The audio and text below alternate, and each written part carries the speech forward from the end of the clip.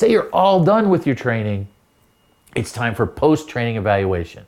And the purpose of post-training evaluation is to see if you're meeting your training objectives so that you can adjust how you're teaching for the future. Some different vehicles that you can use to do this. You could just sit here with your class and talk about it, right? Hey, how am I doing? Can you tell me how to get better?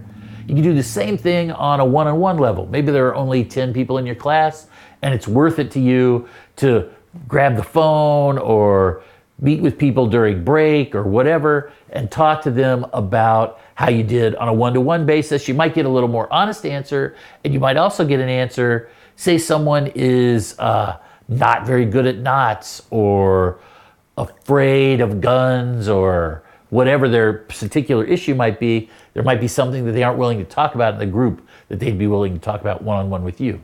You could do the famous written surveys from college where you color in the little dots, right? Maybe not the greatest method in the world, but certainly gives you something nice and universal, and it's easy to compare year A to year B or instructor A to instructor B. Similarly, you can do the same thing online. If you didn't want to take up class time with this, or you wanted to be completely done with the program, you could fire off everybody an email and ask them to do it online.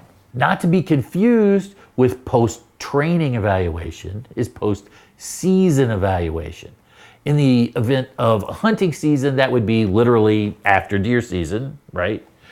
With fishing, since fishing is more of a year-round activity, we think 6 months maybe.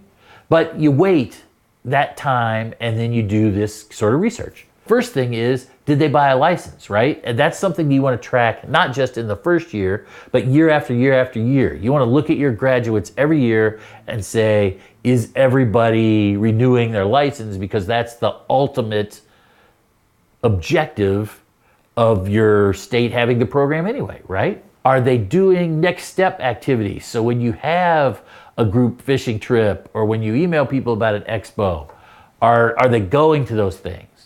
You could, if you wanted to, make a deal with a local sporting goods store, get everybody a discount card, and see if they're using that discount card, because why would they be there buying gear if they weren't continuing with the activity?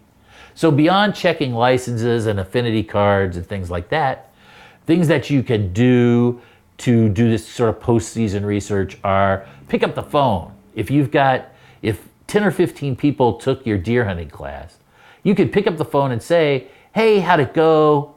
Did you luck out and get a deer? Did anyone you were with get a deer? Chit-chat, right? But it's important stuff and you're finding out how they did.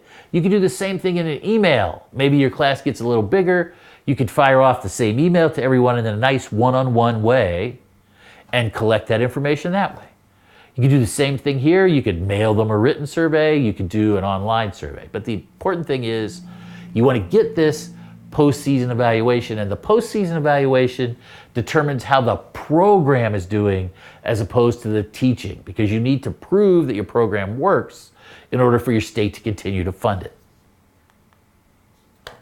That's it for today. We hope you had a great time. You can go to Locavore.Guide for more videos like this one, as well as tons of resources to help you turn locavores in your state into happy hunters and anglers. We'll see you next time.